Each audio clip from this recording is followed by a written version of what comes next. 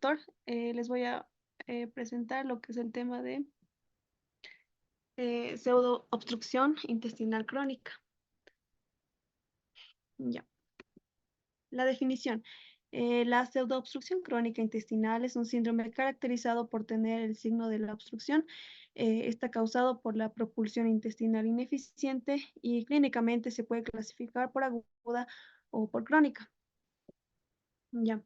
La pseudoobstrucción intestinal crónica o SIPO eh, puede clasificarse en lo que es SIPO primaria y también SIPO secundaria. La SIPO primaria la cipoprimaria puede ser la miopatía visceral familiar y la miopatía visceral no familiar. La de tipo familiar han reconocido al menos dos formas de anomalías. Puede ser la miopatía visceral hueca hereditaria y la neuropatía visceral hereditaria. Y luego tenemos la cipo secundaria.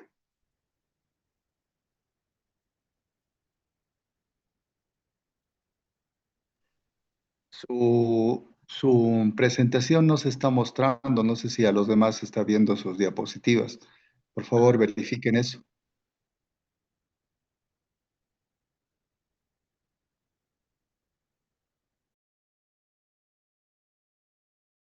Secundaria incluye trastornos en lo que es la disfunción del músculo liso intestinal y se produce como consecuencia de la administración de ciertos fármacos o enfermedades subyacentes que vamos a mencionar más adelante. La siguiente, la etiología. Eh, la SIPO tiene una etiología multifactorial que son de varias vías que conducen a un efecto en común, que es la SIPO. Se conoce que la actividad motora normal del colon está regulada por varios niveles, que es el músculo liso del colon, la actividad del marcapasos generada por las células intersticiales de Cajal, el control intrínseco a través del sistema nervioso entérico y los arcos reflejos paravertebrales espinales y la modulación extrínseca del sistema nervioso autónomo y los sistemas hormonales. Al ser esta una obstrucción funcional, se presume que va a ser un resultado de las aberraciones de lo que es la actividad motora del colon. Como se puede ver en la imagen, va a haber una detención del tránsito intestinal porque va a haber un acúmulo de contenido o aumento del peristaltismo, lo cual va a hacer que va a haber una distensión abdominal más una parálisis intestinal. Va a haber alteraciones hidroelectrolíticas, un sobrecrecimiento y translocación bacteriana con una isquemia y perforación. Siguiente. Como ya habíamos mencionado, que es una de causa multifactorial. Podemos decir que puede ser autoinmune por una esclerodermia, un lupus eritematoso discoideo, puede ser por una estenosis subglótica en granulomatosis, puede ser por enfermedad celíaca, también puede darse por medicamentos como los antidepresivos, anticolinérgicos, antiparkinsonianos, la clonidina. También puede ser por agentes infecciosos como el rotavirus y parasitarios, el más conocido es el mal de Chagas. Metabólicos pueden ser por causas diabéticas, eh, pueden ser también de tipo neoplásico musculoso, como el síndrome paraneoplásico, el anticuerpo antinuclear anti-Hu, por distrofia muscular, también puede ser de causa por un traumatismo, por una lesión medular de tipo iatrogénico, por una cirugía de bypass, resecciones intestinales y otros, como el síndrome de Guillain-Barré, enfermedades de Ehlers-Danlos, gastroenteritis eosinofílica, enfermedad de Parkinson, diverticulitis del intestino grueso y enfermedad de Crohn. Siguiente, por favor. La epidemiología. Eh, lo que es la SIPO es una enfermedad poco común, con una incidencia de aproximadamente de 100 casos por cada 100.000 pacientes hospitalizados. Según un estudio de América del Norte, una encuesta de NASPCAN, dedujo que 100 bebés nacen en Estados Unidos cada año con SIPO. Tiene una incidencia aproximadamente de 1 en 40.000 nacidos vivos y la incidencia es igualitaria entre ambos sexos. Luego está la encuesta de Japón, una encuesta nacional, donde dice que niños menores de 15 años tienen una prevalencia de 3.7 entre 1 millón. Lo que quiere decir es 1 en 270.000 niños van a tener lo que es SIPO. También indica que el 56,5% va a desarrollar SIPO en el periodo neonatal. E igualmente es de incidencia igualitaria entre ambos sexos. Siguiente. Según un estudio reciente en Estados Unidos, ha informado que ha disminuido bastante lo que es la mortalidad, de lo que era en 1988, tenía una mortalidad de 9,4% y ahora en el 2011 tuvo una mortalidad nada más de 6,4%. Esto se debe al sobrediagnóstico y los estudios que se han podido realizar durante los últimos años. Lo que es, cuando existe en los pacientes una perforación o isquemia, que ocurre en el 10% de los casos con SIPO, van a tener una mortalidad de hasta un 45%. Em, Debido al creciente enfoque y manejo conservador de las terapias farmacológicas, el SIPO puede afectar desproporcionalmente a personas mayores y pacientes comórbidos. Es por eso que existen un grupo de factores de riesgo, que son, puede ser de categoría quirúrgica, puede ser por haber tenido una cirugía cardíaca, trasplante de órgano, cirugía ortopédica mayor, también puede ser de categoría cardiorrespiratoria por un infarto de miocardio, insuficiencia cardíaca congestiva, enfermedad pulmonar, de tipo neurológico por demencia, enfermedad de Parkinson, Alzheimer, de tipo metabólico por diabetes, insuficiencia renal y desequilibrio de electrolitos, por medicamentos, por los opioideos, agentes antiparkinsonianos, anticolinérgicos, ginecológicos u obstétricos, pueden ser por cesáreas, parto vaginal normal, parto instrumental, preeclampsia, de tipo infeccioso por varicela, zóster, virus herpes y citomegalovirus. Siguiente. El cuadro clínico. Las personas generalmente van a experimentar síntomas digestivos severos, los cuales van a afectar la manera de mantener el peso corporal normal y una nutrición oral. Generalmente los síntomas más comunes van a ser lo que es el dolor, la distensión abdominal, una desnutrición y una mala absorción. Las náuseas y los vómitos y la pérdida de peso pueden ser frecuentes cuando la enfermedad va a afectar a las porciones proximales del tracto gastrointestinal. También podemos hacer énfasis en lo que es la desnutrición, ya que los pacientes van a presentar lo que es una desnutrición porque no van a poder tener una alimentación adecuada, van a estar limitados a poder consumir alimentos, ya que si estos consumen más alimentos van a agravar lo que son los síntomas, sobre todo la distensión abdominal, porque no van a tener una buena absorción de los alimentos. Eh, Siguiente. La diferencia entre pacientes pediátricos y adultos. Tanto el cipo pediátrico como adultos y niños comparten muchos aspectos clínicos, pero se puede diferenciar debido a tienen algunas diferencias características. Siguiente. En el caso de los niños, principalmente va a ser de etiología idiopática y la histopatología frecuentemente va a ser por miopatías y neuropatías. El inicio de los síntomas se va a dar pues en el nacimiento y en la primera infancia, que es en el 65-80% de los casos. También se puede dar en los 12 meses de edad. Las características clínicas pueden tener síntomas oclusivos al nacer y o síntomas crónicos. La afectación neurológica es bastante frecuente y puede ver, eh, especialmente tienen un alto riesgo en lo que es en los niños. La historia natural. La SIPO es bastante mortal en los niños más que en los adultos. El enfoque diagnóstico. Las pruebas especializadas van a ser lo que es la manometría intestinal, es la más usada en los niños, y la terapia nutricional va a ser para garantizar el crecimiento normal. Se utiliza lo que es los hidrosilados y los elementales. Eh, en los farmacológicos no hay tantos ensayos en que niños hayan usado fármacos. La terapia quirúrgica puede ser las osteomías ventilatorias. Siguiente.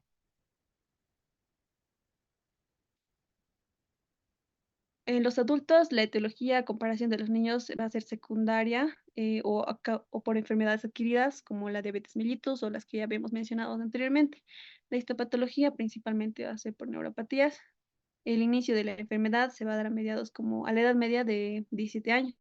Las características clínicas, las que ya habíamos mencionado, dolor abdominal, distensión abdominal, desnutrición y demás. La historia natural, El desenlace de esta enfermedad es bastante severo, entonces también es bastante mortal. El enfoque diagnóstico. Se van a usar diferentes métodos que son, puede ser la endoscopía, la radiografía, la tomografía y la resonancia magnética. La terapia nutricional es para mejorar la nutrición y prevenir la desnutrición. Y la terapia quirúrgica puede ser la osteomía ventilatoria o puede ser una cirugía resectiva, pero solamente en pacientes indicados, seleccionados, es decir, en los que tienen disfunción intestinal segmentaria comprobada. Siguiente.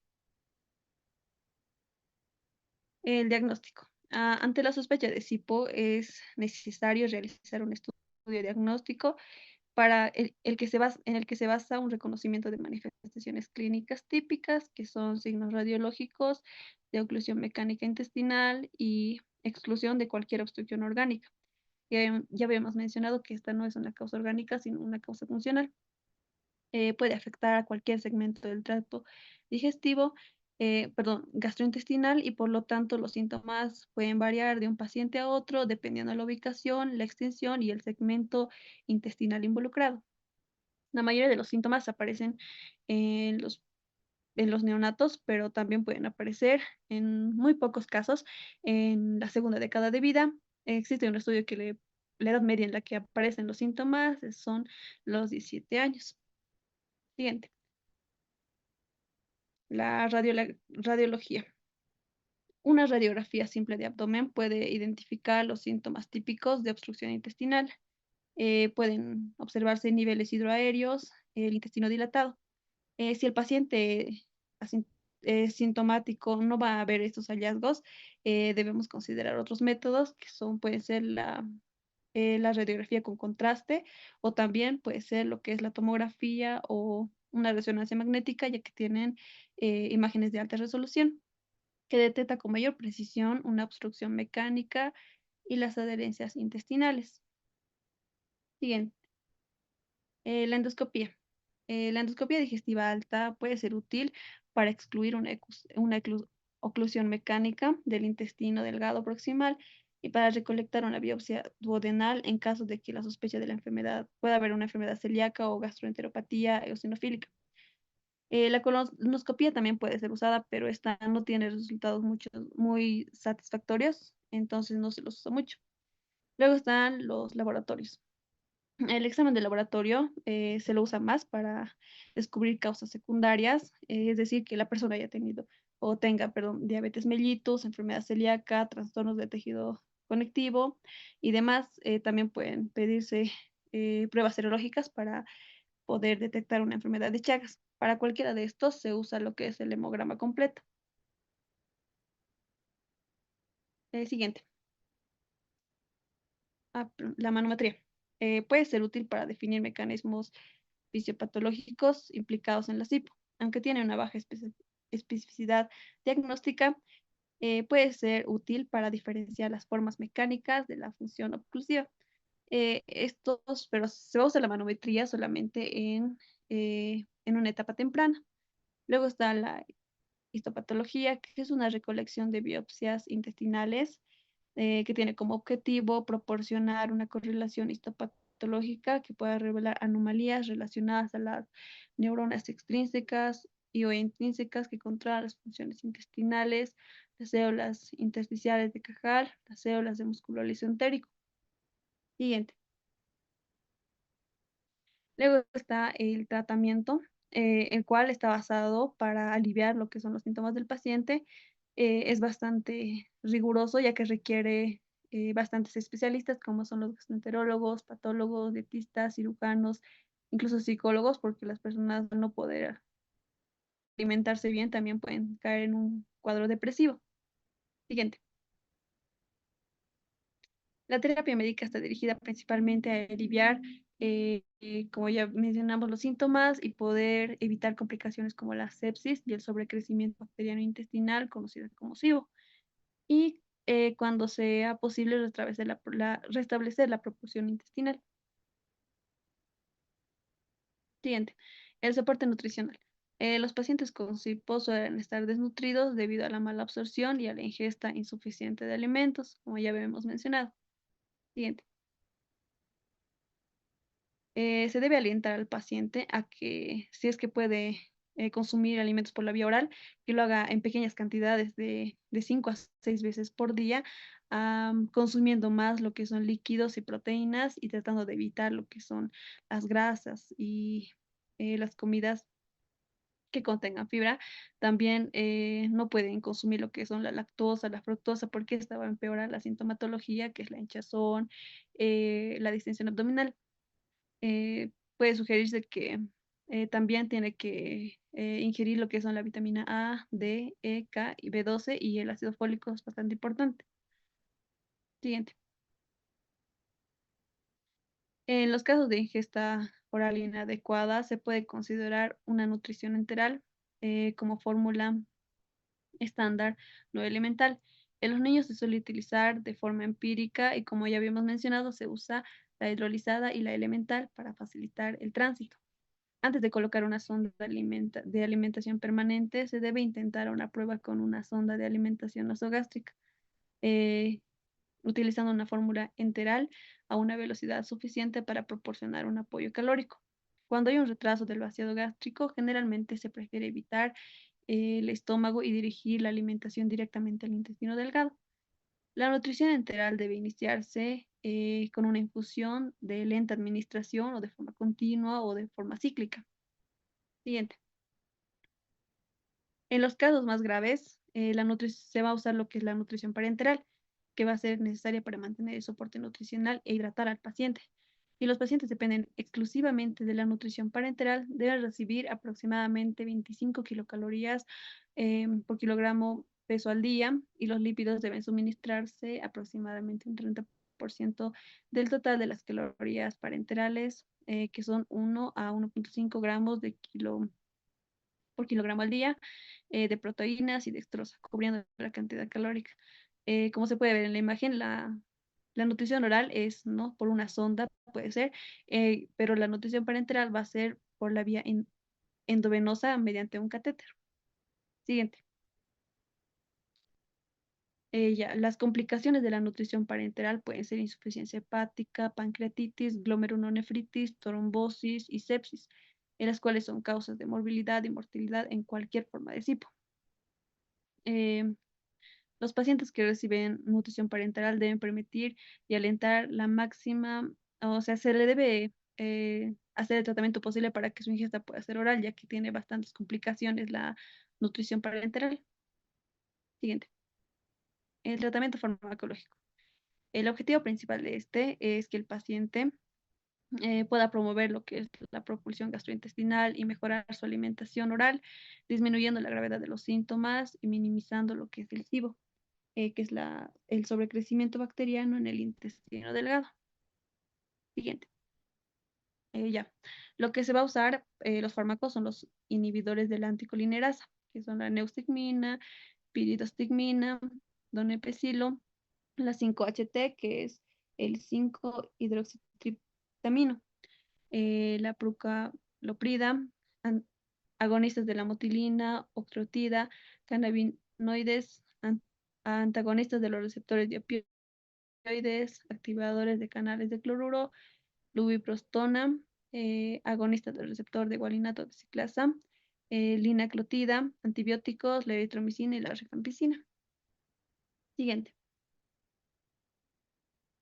El SIPO o pseudoobstrucción intestinal crónica está caracterizada por síntomas histopatológicos de marcada inflamación o respuesta inmune dentro de los ganglios mentéricos. En este tipo de pacientes podemos usar lo que son los fármacos inmunosupresores como los esteroides y la aciotripina, que pueden ser de una buena opción terapéutica. El tratamiento de forma secundaria del SIPO se dirige principalmente a las enfermedades subyacentes, que puede tener esclerodermia, síndrome paraneoplástico, trastornos endocrinos. Además de esta terapia rígida al intestino, podemos usar lo que son antibióticos, procinéticos y laxantes. Siguiente, por favor. La terapia endoscópica y quirúrgica. La descompresión de los segmentos gastrointestinales distendidos mediante la succión nasogástrica intermitente, se lo hace por sondas rectales o endoscopía, tanto en adultos como en niños, es importante diana terapéutica. En algunos casos, una enterostomía de ventilación se coloca por vía endoscópica en el intestino. Recientemente, la descompresión colonoscópica repetitiva se ha utilizado con éxito como terapia puentes antes de la cirugía. En pacientes adultos que necesitan una descompresión endoscópica múltiple, la colostomía endoscópica percutánea se ha propuesto recientemente como una opción terapéutica viable, ya que conduce a un alivio duradero de los síntomas en riesgo a una intervención quirúrgica. El papel de la cirugía de SIPO ha sido bastante debatido a lo largo de los años, ya que puede tener bastantes complicaciones. Puede haber de que una perforación o isquemia. Siguiente. El trasplante. Se cree que el trasplante intestinal puede ser aislado o multivisceral. Es una alternativa terapéutica razonable para el paciente con SIPO que experimenta complicaciones graves debido a la nutrición parenteral que ya habíamos mencionado. Puede tener insuficiencia hepática o sepsis. Otras indicaciones también para el trasplante puede ser que el paciente pueda haber una dificultad para el acceso venoso para poder hacer la nutrición parenteral o también cuando hay una mala calidad de vida durante la nutrición parenteral. Siguiente. Luego está el trasplante de órganos extradigestivos, que es el trasplante halogénico de células hematopoyéticas. Como se ve en la imagen, primero se extraen las células madres formadoras de sangre del donante, luego el paciente recibe el tratamiento para destruir las células cancerosas y preparar el cuerpo para recibir células madres del donante, y luego el paciente, por último, está recibiendo las células madres. Ya, siguiente, por favor. Ya, el trasplante de la microbiota fecal. Se ha propuesto recientemente como una nueva opción terapéutica para los pacientes con SIPO.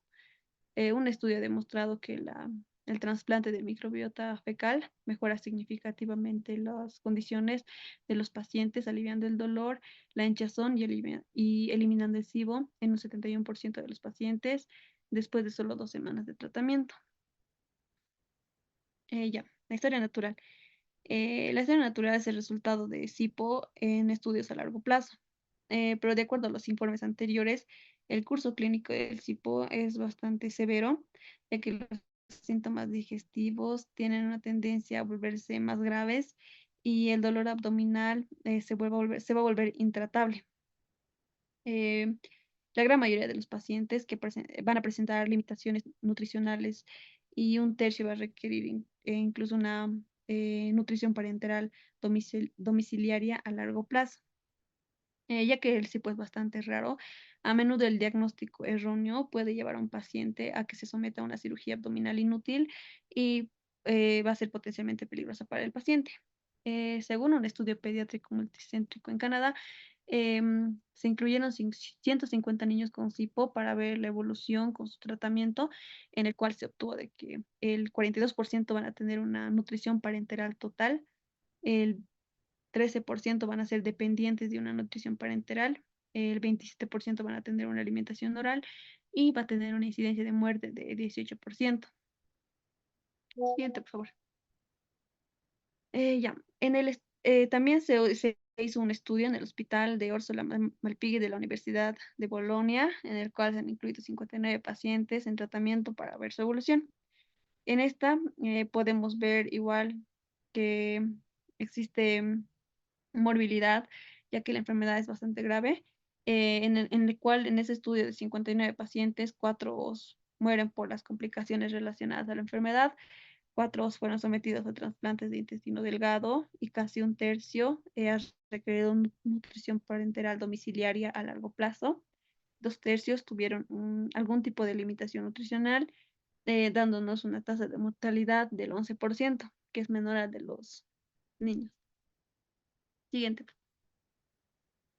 Ya, el paciente con SIPO grave puede provocar lo que es una insuficiencia intestinal, la cual es una dilatación intestinal y el tránsito lento van a contribuir al sobrecrecimiento bacteriano del intestino delgado, conocido como SIBO por sus siglas en inglés, que puede causar malabsorción y diarrea. La desnutrición es un aspecto clínico recurrente en el SIPO, como ya habíamos mencionado, ya que la ingestión es limitada. La mala absorción intestinal a menudo se va a asociar a asas intestinales dilatadas, altera el tránsito intestinal regular. La SIPO también se asocia con una mala calidad de vida y una alta morbilidad y mortalidad. Siguiente, por favor. Ya. Ahora tenemos unos casos clínicos, como este caso que es la pseudo-obstrucción intestinal crónica en una paciente con artritis reumatoide, el resultado de una construcción de estoma y sus características histopatológicas. Reportamos el primer caso de pseudoobstrucción intestinal crónica en una paciente con artritis reumatoide a quien se le construyó un estoma en el colon sigmoideo para descomprimir la presión intracólica. El tratamiento mejoró la calidad de vida de la paciente, lo que sugiere que la resección quirúrgica del colon para descomprimir la presión intracólica sería una de las opciones para el tratamiento de la cipo intratable. La pieza obtenida resecada del colon sigmoide estaba empalizada con núcleos apiñados en las zonas de la capa muscular circular interna y engrosados con regiones mixoideos, zonales o focales con fibrosis intersticial compuestas por fibras colágenas elásticas en la longitudinal externa de la capa muscular. Algunas de las células del músculo liso en la capa muscular longitudinal externa mostraron una degeneración leve con cambios vasculares citoplasmáticos, pero sin cambios inflamatorios. Sin embargo, se requieren todavía más estudios para determinar si estos cambios histopatológicos son exclusivos del artritis reumatoide. Siguiente, por favor. Ya. La pseudoobstrucción intestinal crónica como expresión de la neuropatía entérica inflamatoria. Habíamos mencionado que la SIPO se caracteriza por la motilidad inadecuada del tracto digestivo y puede provocar una motilidad gravemente alterada. La SIPO se manifiesta como episodios recurrentes de suboclusión intestinal sin obstrucción anatómica. Presentamos el caso de una mujer de 41 años con estreñimiento crónico severo y varios episodios de suboclusión intestinal. La investigación reveló inercia colónica y marcada distensión del intestino delgado y colon sin evidencia de estenosis y lesiones obstructivas, compatible con SIPO. Después de probar varios tratamientos como la domperidona, eritromicina, cisaprida, octreotida o la nutrición enteral total, con una respuesta parcial o nula, se realizaron los estudios adicionales tratando de identificar una etiología. La manometría gastrointestinal mostró anomalías de tipo neuropático. La biopsia transmural del yeyuno reveló neuropatía entérica degenerativa y el examen de anticuerpos antineurales anti-Hu fue positivo, lo que requiere una neuropatía de tipo autoinmune con una afección difusa del tracto digestivo. Los corticosteroides mostraron una mejoría parcial, pero de corta duración. También se intentó lo que es el tratamiento con la acetioprina, pero la paciente era intolerante. La marca de intolerancia dietética y la desnutrición llevaron a una nutrición parenteral total en casa desde octubre de 2011. Desde ese entonces, los síntomas y el estado nutricional han mejorado y los episodios de pseudoobstrucción son raros que no han requerido hospitalización. Siguiente, por favor. Informe de caso clínico. Nuestra paciente era de 41 años con fenómeno de Raynaud sin antecedentes de interés familiar, pero tenía antecedentes de estreñimiento severo desde los 29 años, con una respuesta parcial a los laxantes. Asociado al estreñimiento, la paciente experimentó episodios de marcada distensión abdominal, dolor abdominal, náuseas y vómitos. La tomografía abdominal realizada durante uno de los episodios reveló una marcada distensión del colon sin evidencia de obstrucción. Los estudios posteriores realizados desde entonces mostraron el estudio del tracto gastrointestinal superior normal. Los estudios de tránsito de intestino delgado y enema opaco de doble contraste mostraron una marcada distensión de las asas yeyunales y del colon, sin evidencia de estenosis o lesiones obstructivas. La gamografía de vaciamiento gástrico fue compatible con gastroparesia. El tiempo de tránsito colónico fue compatible con la inercia colónica. En base a este cuadro clínico y a los resultados del examen, se planteó un diagnóstico de SIPO. Una biopsia rectal descartó lo que es la amiloidosis y la paciente no cumple con criterios para enfermedad de tejido conjuntivo. En el año 2007, cuando la paciente tenía 36 años, comenzó a presentar disfagia de alimentos sólidos y tuvo episodios de impactación de alimentos. El tránsito esófago-gástrico duodenal mostró una desensibilidad reducida de la unión esófago-gástrica. Los resultados de manometría esofágica fueron compatibles con acalasia. La disfagia se resolvió con una dilatación endoscópica con balón de Rigiplex de 30 milímetros. A partir del 2009, el estado clínico de la paciente se ha deteriorado progresivamente con frecuentes episodios de cuadros subagudos, con obstrucción intestinal que le llevó a hospitalizaciones. Eh, el desarrollo de la intolerancia total de la comida habitual y estuvo con nutrición enteral total durante aproximadamente 2 años. No ha mejorado con doperidona. Tuvo una solo ha tenido respuesta temporal parcial de la eritromicina y no ha respondido a la octreotida. Siguiente, por favor. La prueba de aliento gen sugirió un crecimiento excesivo de bacterias, por Ya, lo que el ahí, paciente ahí fue la paramos. medicado. Sí. Está bien. ¿Cuántas diapositivas más te faltan? A ver. Esa es la última. No, no, esta Ya, ya. a ver, espera. Bueno, ya. Bueno, la idea de poner casos clínicos es tan interesante. Sin embargo, tengo una pregunta. ¿Has revisado los artículos que les he enviado, sí o no? La verdad, Sí, doctor, ahí estaban los casos. no siempre, no han revisado casi muchos. Ya, a ver, tú has hablado de SIPO, nos has hablado de lo que produce. Ahora, quiero saber la clasificación, ¿cómo se clasifica? Sí, clasificación grande. Primaria y secundaria, doctor. Ya. De estas, ¿cuáles nos interesan? ¿Por qué es importante para reumatología? Para reumatología, la Ujú. secundaria Ya, puede ser porque puede ser de tipo inmune, doctor.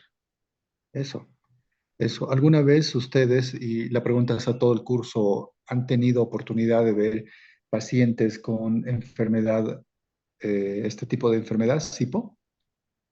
¿Han No, escuchado alguna vez? no, doctor. ¿Alguien del curso ha escuchado a mencionar en algún momento? No, doctor. Nadie. No. Ya. Bueno, a ver.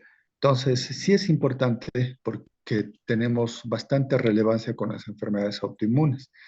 ¿Cuáles son esas enfermedades autoinmunes? La Puede ser, expositora. puede ser ¿Cuáles?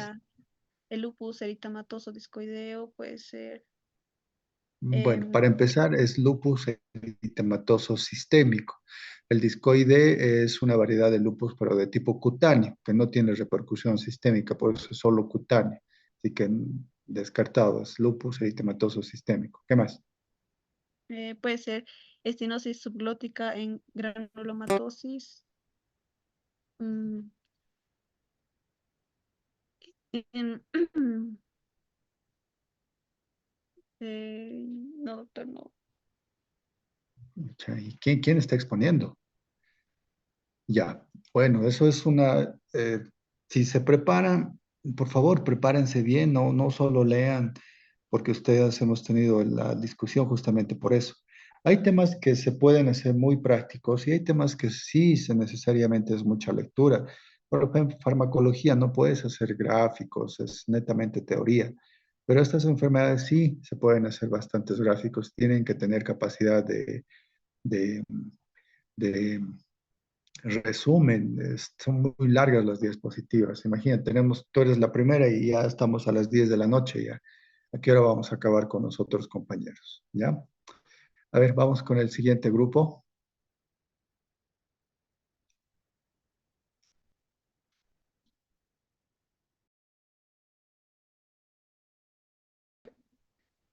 Ya vamos a empezar con la disertación.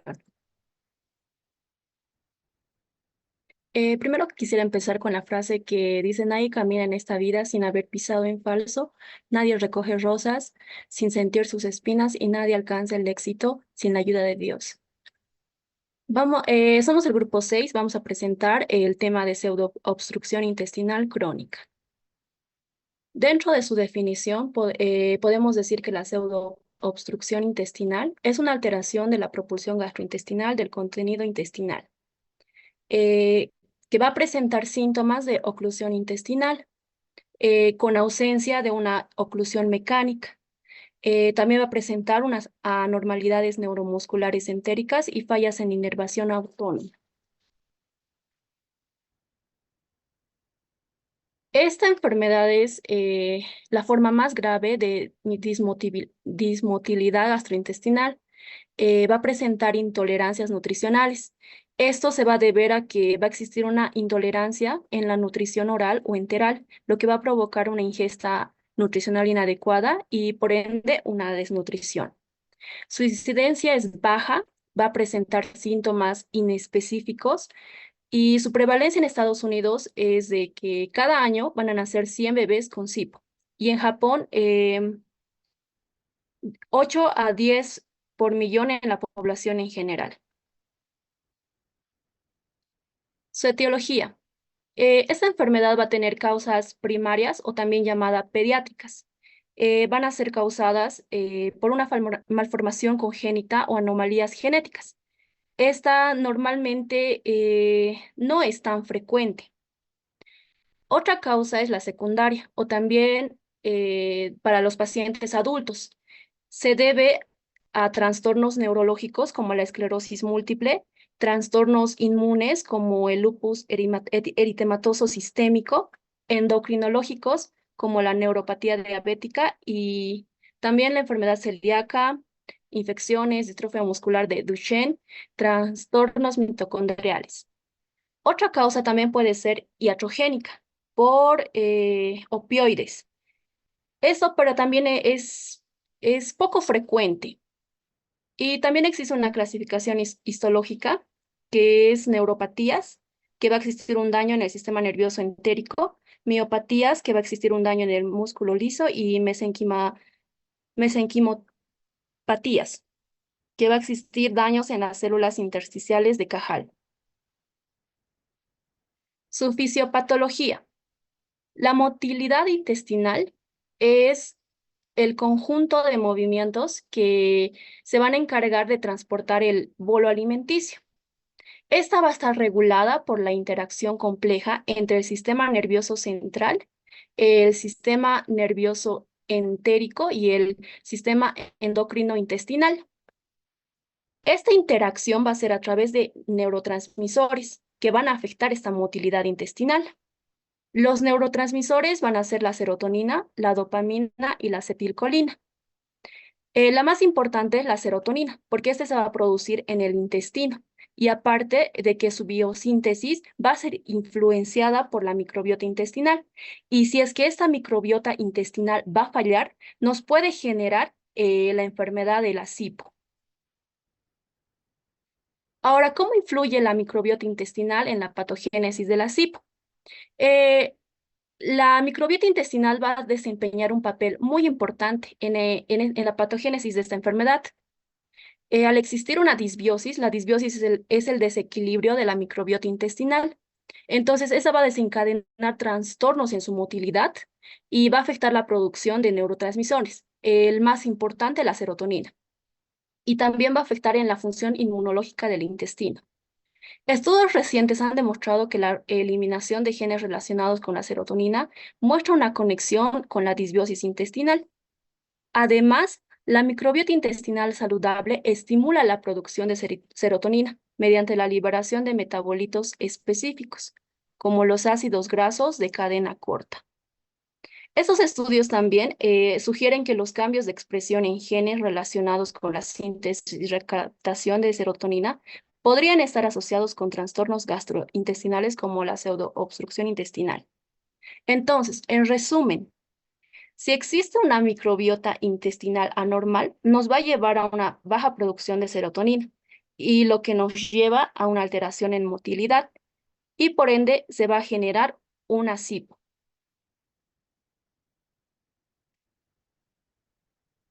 Las manifestaciones clínicas. Estas van a afectar a cualquier parte del tracto gastrointestinal. Estos síntomas varían de severidad de un paciente a otro.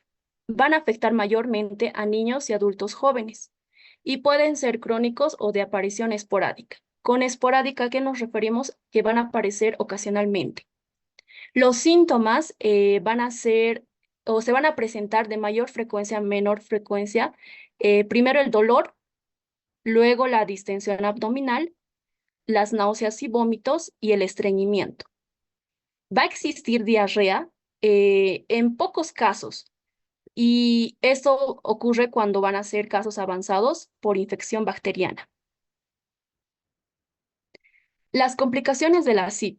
Los factores que van a exacerbar esta enfermedad, o sea, que la van a agravar, van a ser infecciones, estrés o desnutrición. Otras complicaciones graves tenemos a la insuficiencia intestinal y la mala absorción. En los niños se va a aumentar el riesgo y puede generar un vólvulo de colon y afecciones urológicas. Los adultos pueden llegar a presentar debilidad muscular, trastornos neurológicos y manifestaciones urinarias. Los pacientes que se someten a cirugías pueden presentar adherencias abdominales, es decir, van a presentar bandas de tejido cicatrizal en los tejidos continuos. Su diagnóstico. El objetivo es descartar una causa mecánica. Se debe seguir los siguientes pasos. Primero, se debe descartar un obstáculo orgánico. Esto a través de tomografías abdominopélvicas, endoscopías.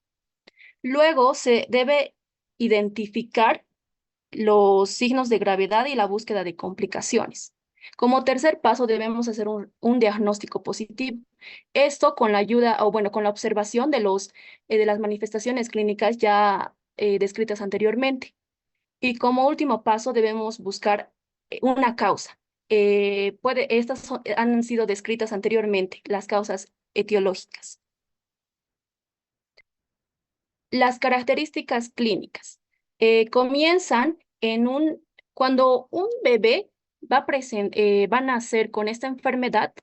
Los síntomas se van a observar al primer mes y hasta el primer año de vida, en el 80% de los casos. Va a ser de inicio esporádico si durante las 2 primeras décadas de vida, en el 20% de los casos. Los pacientes adultos van a presentar síntomas en una edad media de 17 años.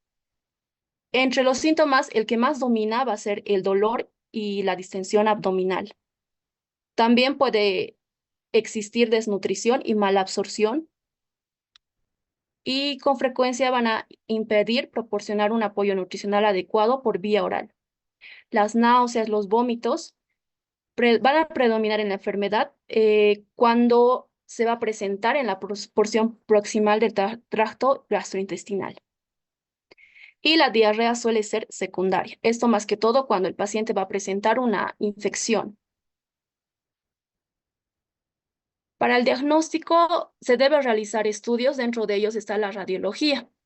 Este examen se va a realizar una radiografía simple, donde vamos a poder identificar asas intestinales, los cuales nos van a mostrar las asas intestinales con niveles hidroaéreos.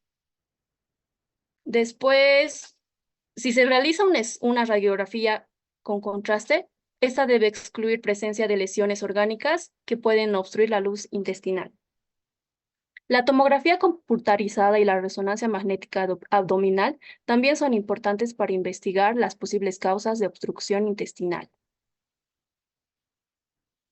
Otro examen que se realiza es la endoscopía digestiva alta. Esta más que todo se utiliza para descartar diagnósticos radiológicos falsos positivos de obstrucción mecánica en duodeno e intestino delgado proximal. También se utiliza para recolectar biopsias de la mucosa del intestino delgado en casos de enfermedad celíaca o gastroenteropatía eosinofílica. Otro examen que se realiza es la colonoscopía, que es potencial para diagnóstico como también para terapéutico. Esto se utiliza para descartar obstrucción mecánica o para intentar descomprimir el intestino grueso. Los laboratorios. Su objetivo es identificar la presencia de enfermedades curables responsables de formas secundarias de SIBO. Los análisis de sangre se utilizan para ver si tiene enfermedades asociadas a la SIPO, como la diabetes mellitus, la enfermedad celíaca, los trastornos del tejido conectivo y del músculo esquelético. También si existe hipotiroidismo. La serología se utiliza para saber si la SIPO está asociado a una enfermedad de Chagas. Las catecolaminas urinarias para ver si existe feocromocitoma. También se realizan exámenes de autoanticuerpos neuronales entéricos, porfirinas urinarias. Esta para ver si las porfirinas urinarias se deben analizar si el paciente va a presentar dolor abdominal intenso. En todos los pacientes es útil realizar un hemograma completo, electrolitos, albúmina, enzimas hepáticas, vitamina B12, cortisol en ayunas y también observar los índices inflamatorios. Los pacientes que van a recibir nutrición parenteral deben ser monitoreados, en especial si estos van a presentar atención a los líquidos, electrolitos y niveles circulantes de oligoelementos. La manometría. Este nos sirve para definir los mecanismos fisiopatológicos que van a estar implicados en la SIPO. Se distinguen las formas mecánicas de las funciones de suboclusión. Si en la manometría se observan contracciones postprandiales prolongadas de alta presión y no propagadas, se refiere a una obstrucción mecánica reciente. Pero si se observa contracciones con una amplitud normal, aunque con un patrón descoordinado, entonces puede llegar a ser una neuropatía. Las contracciones coordinadas con una amplitud reducida nos puede dar un signo de miopatía entérica. Es obligatorio una interpretación cuidadosa, ya que las contracciones de baja amplitud podrían ser secundarias a la incapacidad del catéter manométrico. En la SIPO, la manometría antroduodenal se ha aplicado ampliamente en niños para evaluar el pronóstico y la respuesta al tratamiento. También la tolerancia a la alimentación oral. La manometría esofágica puede tener valor diagnóstico en la SIPO. Esta puede estar asociada a esclerodermia. Y la manometría anorrectal está indicada cuando el cuadro clínico se caracteriza por estreñimiento intratable y marcada dilatación del colon, lo que sugiere enfermedad de Hirschsprung. Se ha considerado útil una evaluación manométrica cuidadosa de todo el tracto gastroduodenal, incluido el colon, para ayudar a planificar un trasplante aislado o multivisceral en las formas más graves de SIPO pediátrica. Este estudio aporta muy poco para poder diagnosticar lo que es la SIPO. Entonces, lo único importante que nos puede dar este estudio es que nos va a ayudar a diferenciar si la obstrucción es mecánica o la obstrucción es funcional. La histopatología.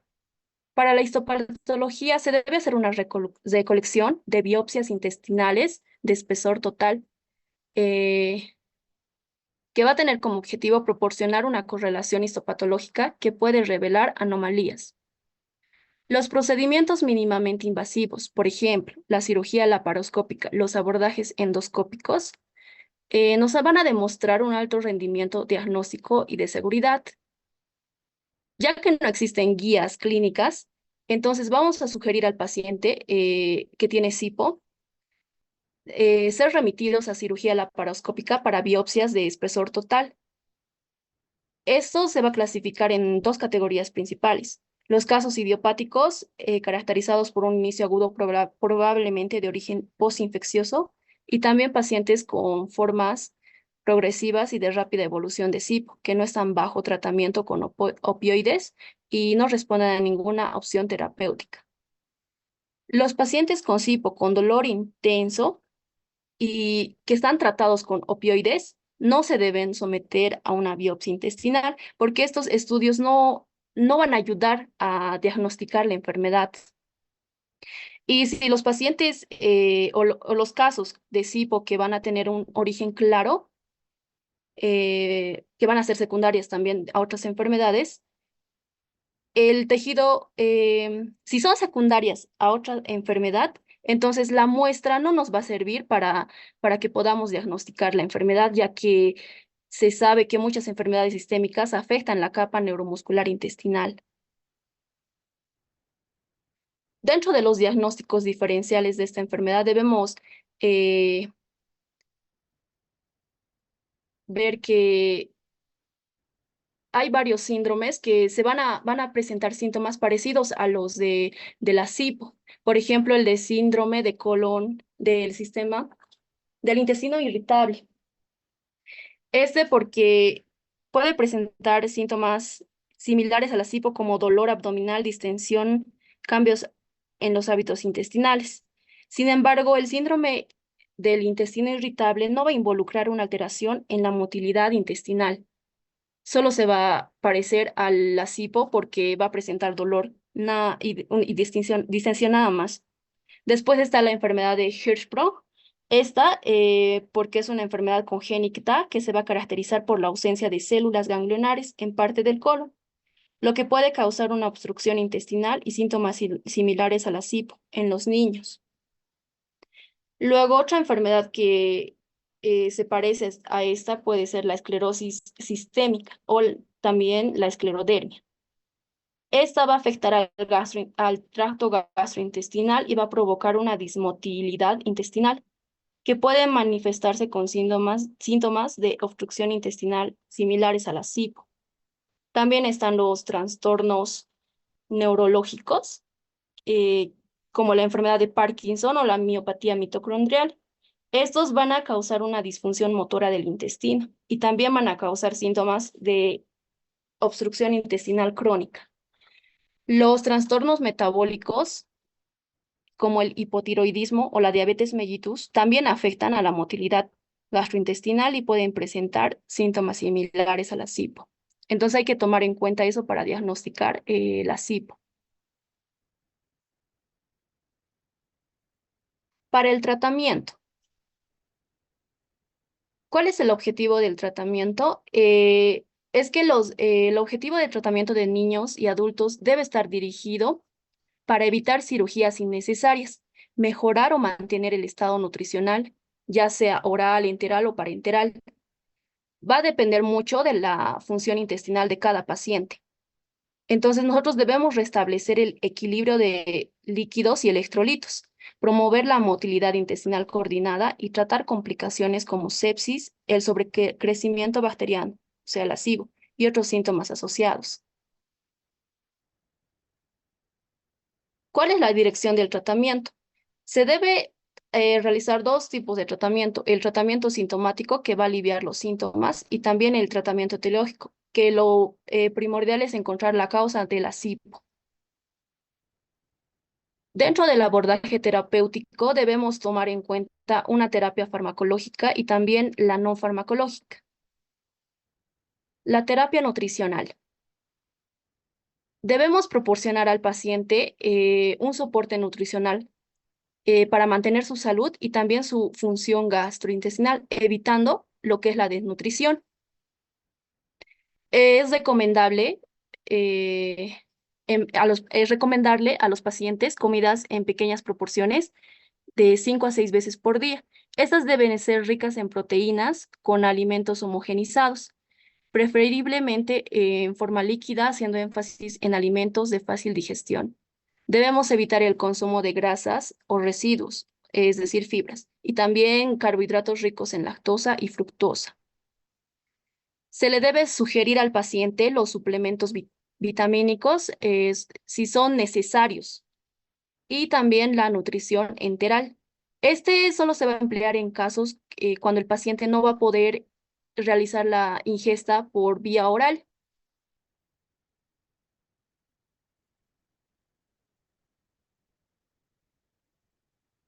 Luego, se utilizan los procinéticos. Eso para el tratamiento sintomático del dolor y la distensión abdominal. Esos medicamentos van a ejercer efectos procinéticos al antagonizar los receptores de la dopamina y aumentar la liberación de acetilcolina. Se van a utilizar para mejorar la motilidad gastrointestinal, aunque su uso prolongado puede estar asociado con efectos adversos como la discinesia tardía. Los más usados van a ser la metoclopramida y la domperidona. Ya, hasta ahí. Bueno, les he explicado lo que nos interesa. El objetivo de todas las charlas es que ustedes conozcan la enfermedad, conozcan los métodos de diagnóstico, pueden entender su fisiopatología y pueden tener una clasificación adecuada. El tratamiento, estoy de acuerdo que ustedes deben conocer hasta el tratamiento no farmacológico. El farmacológico lo pueden conocer, pero no es necesariamente un hincapié especial en cada presentación. ¿Por qué? Porque ustedes todavía no van a hacer ese tipo de tratamiento. Son enfermedades de especialidad. Sin embargo, ¿qué es lo que has leído sobre la SIPO y las miopatías inflamatorias?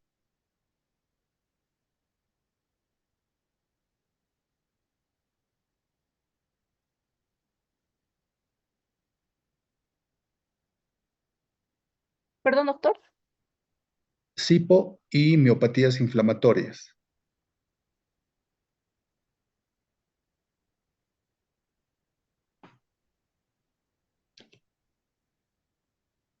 De esa parte he explicado ¿Qué has leído tú? ¿Qué has entendido? ¿Qué has visto?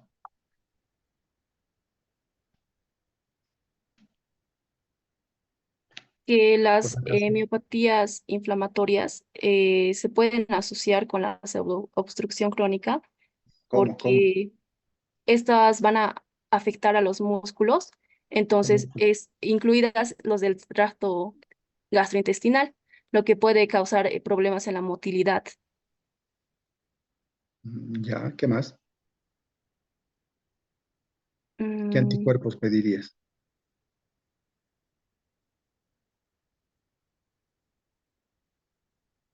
Anticuerpos. Vamos, cualquiera del grupo.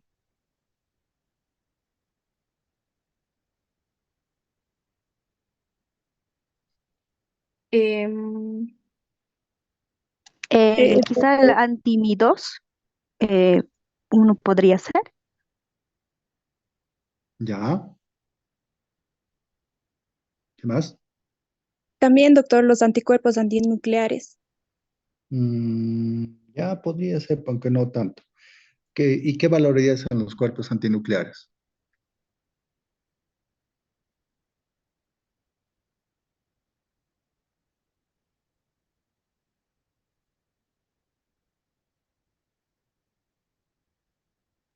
Doctor, en esto se valoran los trastornos autoinmunes. ¿Pero cuáles? O sea que, a ver, anticuerpos antinucleares, ¿cómo se divide? ¿Qué patrones te dan? Ahí está, más fácil.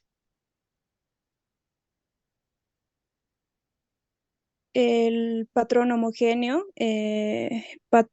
también está el patrón nuclear y el patrón centromérico, si no me equivoco. Ya, y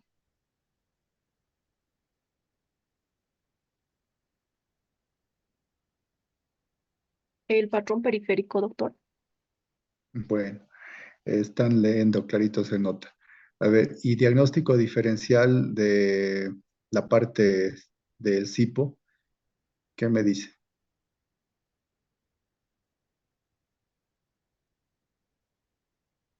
Vamos, cualquiera. Habían varios, doctor. Ya. Era Dime grandes, grandes, una clasificación grande. Dime tres causas grandes. Doctor, puede ser la obstrucción mecánica, puede ser por una ¿Ya? Uno, estenosis ya, listo, ya, ahí queda. ¿Qué más? y un ¿Ya? sprue. Eso es ya. Eso es una obstrucción mecánica. Ahí están todo lo que me dices, ya. Otra causa grande. La esclerodermia, tal vez, una enfermedad Bueno, autoinmune. eso ya las enfermedades autoinmunes, ya. Otra causa Después, grande. neurológica. Ya, neurológica, ya. Veamos. También colon tóxico tenemos. Miren, está muy bien. Sin embargo, les vuelvo a recalcar, necesito capacidad de resumen de sus presentaciones y que sea un poco mucho más didácticas. No olviden que es su presentación de ustedes, pero más que todo es la presentación para sus compañeros porque De ahí van a venir las preguntas. Eh, la SIPO es una enfermedad rara, es cierto. Sin embargo, no es una enfermedad que esté aislada.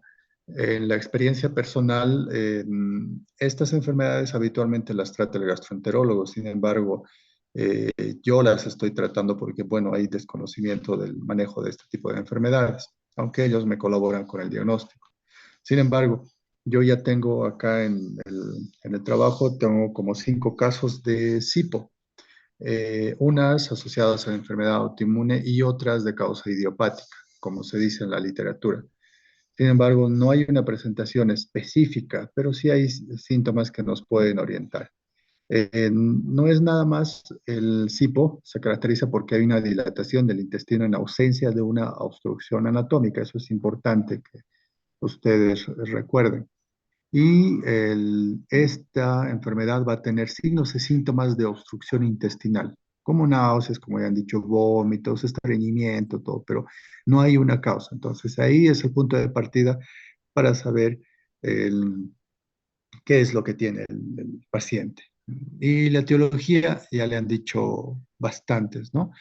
Bastantes causas autoinmunes, pueden ser causas neurológicas, pueden ser síndromes paraneoplásicos que pueden dar este tipo de enfermedad y que pueden causar daño. La epidemiología, ustedes saben, es, como siempre, es más común en hombres y pacientes mayores de 60 años, aunque han visto que también se presenta en la edad pequeña, ¿no? Los recién nacidos en algunos casos. En, ¿Y qué es lo que ustedes tienen que evaluar cuando ven este tipo de pacientes? Es ver distensión abdominal a la semiología, ver los síntomas como náuseas, puede verse que a temprana estreñimiento, que esos van a ser importantes, además de el dolor que puede ser agudo en algunos casos o recurrente y con el tiempo puede volverse, puede cronificarse, ¿no? Y obviamente hay que ver la parte neuromuscular también. Ahora, la evaluación a estos pacientes, hay que ver los hábitos nutricionales y ya han visto que la radiografía es el punto de partida, es algo básico. Y cuando hay alta sospecha ya se puede pedir una tomografía contrastada o una tomografía que pueda haber. La manometría también nos sirve, pero acá en Oruro por lo menos no tenemos ese estudio, pero sí es importante que se utilice. Y el manejo obviamente va a ser un manejo de tipo no médico, no farmacológico y el otro farmacológico. Y el farmacológico, como han visto, bastantes medicamentos que van a ayudar a motilidad.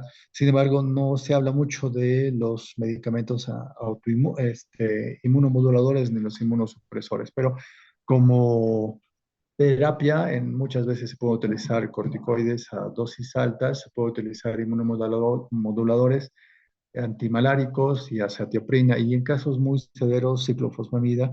Incluso yo he utilizado anti-CD20, he hecho una conjunción entre quimioterapia y terapia biológica para tratar estos pacientes. Yo les comento, el primer paciente que tuve con SIPO era una paciente que no tenía diagnóstico, con un cuadro evolutivo de aproximadamente 5 años, con deterioro funcional importante en aspectos. Primero, paciente estreñida, no podía ir al baño, tenía distensión abdominal y dolor abdominal. Sin embargo, ese no era el motivo de consulta. El motivo de consulta era dolores inespecíficos y la falta de sueño. Como ustedes escuchan, son síntomas muy inespecíficos de todo. Había ido a todos los médicos, por así decirlo, de nuestro país, incluso fuera del país, pero todos le decían que no tenía nada, que era un trastorno emocional, que debería relajarse, que debería descansar. Sin embargo, la paciente no podía dormir y muy pocos le habían dado importancia a la parte del estreñimiento, hasta que fue de un cirujano, un gastroenterólogo, pensando que era un ilio, y la operan y le sacan un pedazo enorme de intestino y se recupera, pero a pesar de ese tratamiento no había mejoría. Y la paciente ya estaba entrando en una crisis de ansiedad, una crisis nerviosa que tenía intentos suicidios. Y había un deterioro importante de su salud, no solo mental, también de su estado físico por la comida. Entonces, yo la conozco a esta paciente por trabajo social, me piden la valoración, ya que no sabían que tenían y ya había consultado anteriormente con otro reumatólogo, le habían dicho que era artrosis y nosotros evaluamos el caso y nosotros encontramos síntomas muy disparejos al margen de lo que ya les he mencionado. En la semiología, lo que yo encuentro es un heliotropo, encuentro un Daniels de 3/5, encuentro un Hallux valgus y además encuentro un Stenbroken en grado 3/4. Entonces, muy deteriorada. Y me llama la atención que había cabello de fácil desprendimiento y había fotosensibilidad, fotofobia. Entonces, a partir de esos síntomas, yo me baso netamente en la clínica. Y al igual que ustedes, sí he pedido anticuerpos antinucleares, pero he pedido mucho más específicos de los básicos en Salolasep 2 y además he pedido anticuerpos analía. Entonces, ampliamos el patrón de espectro de inmunidad. Laboratorios que no se han hecho acá en Bolivia, sino se los tuvo que hacer en el exterior, pero nos arroja cierto grado de alteración, tampoco muy específicos, pero ha sido más la intuición clínica de sospechar este tipo de enfermedad, el cual yo inicio tratamiento pensando en un lupus con compromiso sistémico. Sin embargo, a la evolución hubo cierto grado de mejoría, pero no hubo una respuesta adecuada. Por lo tanto, me replanteo el diagnóstico y yo llego al diagnóstico de una enfermedad mixta del tejido conectivo con un compromiso gastrointestinal severo y un compromiso neuropático severo. Entonces, esta paciente, en aras de poder salvar la vida y poder controlar un poco la enfermedad, nosotros le damos un tratamiento combinado en inmunosupresores, quimioterapia y terapia biológica. Y este paciente, les comento, es uno de mis primeros pacientes, estamos hablando del año 2015, y hasta la fecha el paciente ha mejorado. Si ustedes revisan la literatura, dice que la supervivencia de las complicaciones mortales es de un 10 a un 20%. Por lo tanto, esta paciente ya tenía alteraciones, pero cuando se hacen las cosas bien, probablemente el pronóstico mejora muchísimo. Del 2015 a la fecha son 9 años que la paciente está bien, está con un tratamiento indefinido, pero ya no ha vuelto a recibir ni quimioterapias ni terapia biológica. Ha mejorado su tránsito intestinal, no al 100%, pero ya de lo que no hacía su catarsis, que era cada mes, ya lo hace cada día, por lo menos uno cada 2 días, ya tiene eso. Y el trastorno del sueño que había iniciado anteriormente también mejoró y los síntomas que les he mencionado también mejoraron. Entonces, yo les presento esta vivencia personal del tipo de paciente que he tenido y que se ha logrado controlar. Y a veces les decía, muchachos, la mejor recompensa que pueden tener ustedes es el agradecimiento de un paciente, sobre todo cuando el paciente ha buscado ayuda por todo lado. Y les recuerdo que ustedes se están formando para ser médicos que van a trabajar y van a resolver problemas médicos. No se están formando para estar levantando la mano o estar haciendo campañas o ese tipo de cosas que sinceramente es una pena cuando se pierde el talento humano. Ustedes están en un cuarto año de medicina y cuarto año de medicina representa que están al epílogo de su formación y que ustedes están en la capacidad ya de hacer recetas. Hoy, con mucha pena, eh, vi algunas cosas que me parecieron penosas porque ustedes ya tienen que tener la capacidad de hacer una receta médica, ustedes ya tienen que tener la capacidad de hacer procedimientos básicos como inyectar, curaciones, por lo menos enyesar, colocar sonda vesical, sonda nasogástrica, todo eso ustedes tienen que tener esa capacidad porque ya están en cuarto año, ¿no? Y les decía, ahora son materias de especialidad, donde todo lo que se hace, lo que han aprendido previamente, solo se pone en práctica. Entonces, al año les toca quinto año, que son las segundas materias de especialidad, y después están listos para hacer un internado donde es netamente la práctica hospitalaria de todo lo que han aprendido en estos 5 años. Y cuando ustedes salgan del internado, ustedes estarán en la capacidad de resolver problemas netamente básicos de la medicina general, tendrán la capacidad de atender un parto con normalidad o derivarlo cuando es de resolución quirúrgica, detectar problemas de un abdomen médico agudo y resolución quirúrgica o transferirlo, y resolver problemas de índole traumatológico y tener la capacidad de atender a los niños. O sea, esa es la cualidad en la cual ustedes tienen que tener, y obviamente una formación importante en lo que es medicina interna y las especialidades. Si ustedes detectan un paciente ya con esta enfermedad como es el SIPO, lo podrán derivar a la especialidad que corresponde ya con criterio, con alta sospecha. Y ustedes se lograrán el respeto de ese paciente y el agradecimiento. Esta paciente me decía, doctor, yo solo quiero conocer a mi nieta, después ya me puedo morir. O sea, y su nieta estaba a punto de nacer, su yerna estaba embarazada. Entonces, imagínense, a ese punto llegan los pacientes en la desesperación. Y ahora ya su nieta, pues ya tiene 9 años, ¿no? ¿Se dan cuenta? Entonces, así se logran los éxitos en este tiempo. Y les vuelvo a decir, algo que cuando yo llegué y me molestaba mucho y me sigue molestando es que nuestros propios médicos tienen la idea de que en otro lugar es mejor. Puede que sea mejor, pero la formación que uno tiene, si uno está bien formado académicamente, va a poderse desenvolver aquí, en otro lugar y donde sea. Y ustedes tienen que tener esa mentalidad, ¿ya? Entonces, hoy me he sentido muy triste porque los exámenes están muy penosos. Hay mucha gente que se sacó 0. Yo en la práctica les he dado 2 puntos gratuitos y algunos tienen los únicos 2 puntos. ¿Cómo es posible que en un examen de selección múltiple hayan podido eh, no encontrar ninguna respuesta? Hasta la suerte ahí es evidente. Entonces significa nomás que no están leyendo. Para los próximos parciales voy a tomar muy en cuenta los artículos porque ustedes no tienen capacidad de entender lo que están leyendo. Y los artículos justamente tienen esa capacidad y esos son los que van a valer más nota. Entonces ya les voy avisando para que ustedes vayan tomando un poquito en serio lo que es la medicina, esta materia en particular, pero sobre todo ustedes vayan tomando en serio la vida profesional que están eligiendo. La vida profesional que ustedes están eligiendo es de sacrificio. No es una vida que va a ser así todo bonito, es de mucho sacrificio. Van a pasar hambre, van a pasar falta de sueño, van a perderse su cumpleaños, el cumpleaños de un familiar, terminarán con la novia, qué sé yo. Entonces es de mucho sacrificio, pero ustedes han elegido esta carrera porque quieren ser médicos y quieren salvar vidas.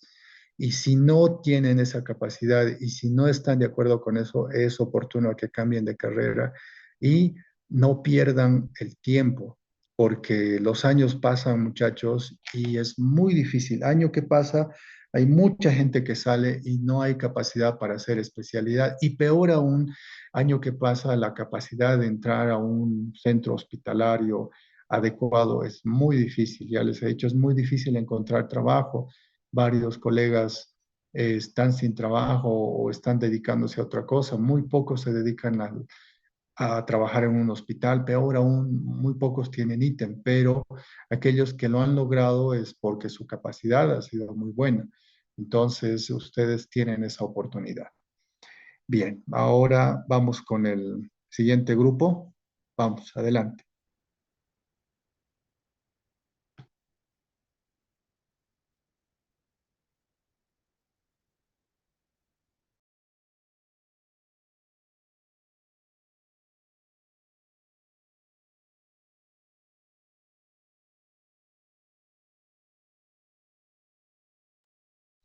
A ver, vamos con Rosales.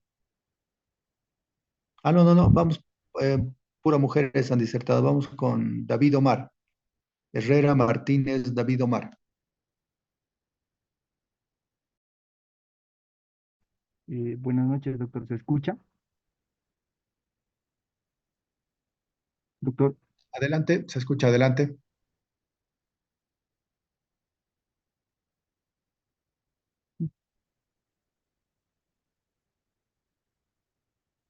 Bueno, vamos a empezar con nuestro tema, ¿no? Que es la poliangiitis microscópica.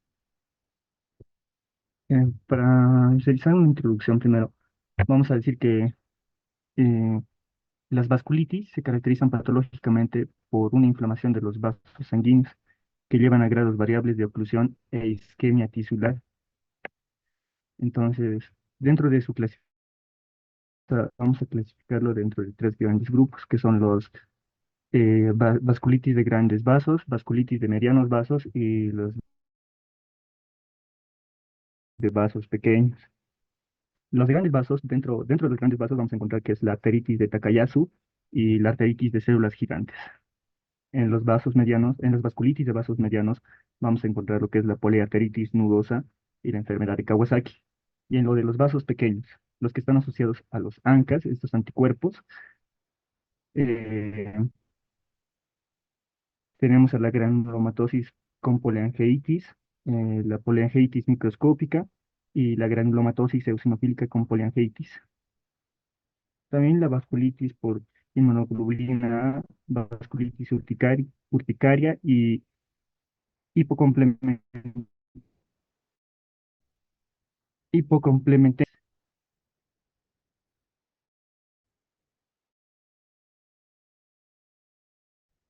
Eh,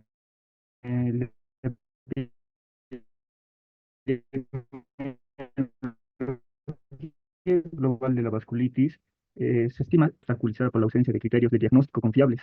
Si realmente es una vasculitis, tal vez en este caso, más adelante vamos a hablar de lo que es la poliangiitis microscópica, ¿no? Confiables y la rareza de estas condiciones. Sin embargo, se han logrado muchos avances en las últimas 2 décadas, aunque todavía faltan datos de muchas partes del mundo, incluidos el subcontinente indio, China, África y América del Sur. Vasculitis de grandes vasos. Las vasculitis de grandes vasos abarcan lo que es, anteriormente dijimos, la arteritis de Takayasu y la arteritis de células gigantes, que son afecciones que causan inflamación. Estos atacan principalmente a la arteria aorta y sus ramas principales, ¿no? Citando lo que es para la clasificación de estas vasculitis, tenemos los criterios del Colegio Americano de Reumatología de 1990, que incluían criterios estrictos de edad de menor o igual de 40 años para la arteritis de Takayasu y de mayor o igual edad de 50 años para la arteritis de células gigantes. Sin embargo, muchos pacientes con arteritis de Takayasu se presentan con un retraso considerable después de los 40 años, lo que dificulta la aplicación de estos criterios. La arteritis Ya, de a ver, Takayasu. ya está muy bien, pero estos son vasculitis de grandes vasos. Tu tema es polangitis microscópica. A ver, ¿qué más tienes? Adelante. Sí, sí, doctor, Vamos, ahí tu ya voy a llegar. diapositiva. Sí, pero no, pues tú tienes que hablar de polangitis microscópica, no de los grandes vasos, ¿ya? Porque esto es de otro tema, arteritis de los gigantes tampoco. O sea, puedes mencionarlo, pero no es tu tema. Tu tema es polangitis microscópica. Les hemos dado artículos y creo que no han revisado. A ver, vamos adelante. Sí, aquí lo tengo, doctor. El vasculitis de vasos pequeños.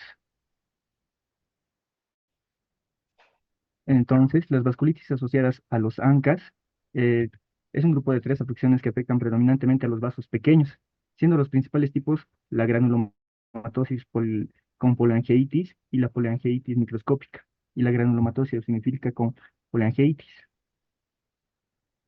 Un estudio global informó que las proteínas de mieloperoxidasa eran mucho más comunes en individuos japoneses, chinos y del sur de Europa que en individuos del norte de Europa. Hay afectación oftalmológica y de oído, nariz y garganta. Fue menos común en pacientes japoneses y chinos con vasculitis asociadas a los ANCAS. En estudios que analizaron datos a finales del siglo XXI, la incidencia máxima específica por edad se informó en personas de mayor a 80 años.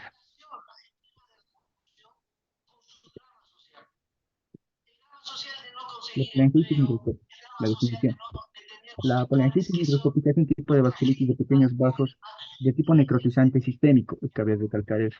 La enfermedad está definida por la nomenclatura de vasculitis presentada por la Conferencia de Consenso de Chapel-Hill del 2012 como vasculitis necrotizante, con poco o ningún depósito inmunológico, que afecta predominantemente a los vasos pequeños. En esta puede haber arteritis necrotizante, que afecta a arterias pequeñas y medianas. La glomerulonefritis necrotizante es muy común en este tipo de patologías. A menudo también se produce una capilaritis pulmonar. Cabe recalcar que esta patología tiene una característica que afecta principalmente dos órganos, que son los pulmones y el riñón. Por eso mismo puede presentarse una glomerulonefritis o una capilaritis pulmonar. No hay inflamación granulomatosa. Eh, tenemos la historia de la enfermedad, mientras que la poliarteritis nodosa fue descrita ya en 1866 por Kussmaul y May. La poliarteritis microscópica, posteriormente convertida en polangitis microscópica, fue sugerida en 1985 como una entidad patológica por Savage. El descubrimiento del ANCA, el descubrimiento de este anticuerpo anticitoplasmático de neutrófilos, apoyó en el concepto de lo que es la PAM, ¿no? La polangitis microscópica.